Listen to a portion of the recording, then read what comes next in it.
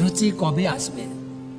আর ভক্তি জীবনে আমি অনেক দিন আগে দীক্ষিত, এই এলাকার আমি অনেক সিনিয়র।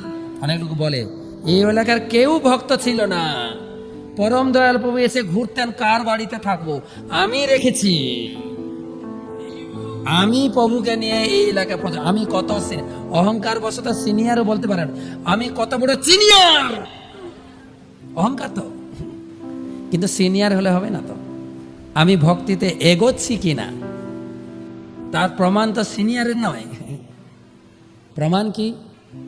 ধরুন আমার গাটা গরম গরম লাগছে, মনে হয় জ্বর আসছে, জ্বর আছে কিনা কি করে প্রমাণ করব? থার্মোমিটারে মাপতে হবে।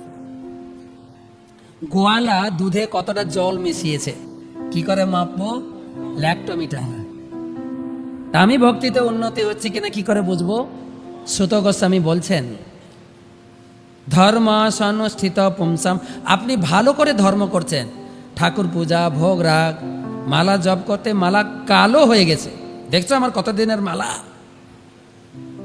কিন্তু কোনোটাই প্রমাণ দেওয়া যাবে না। প্রমাণ হচ্ছে বিশ্বক সেন কথা সুযোগ।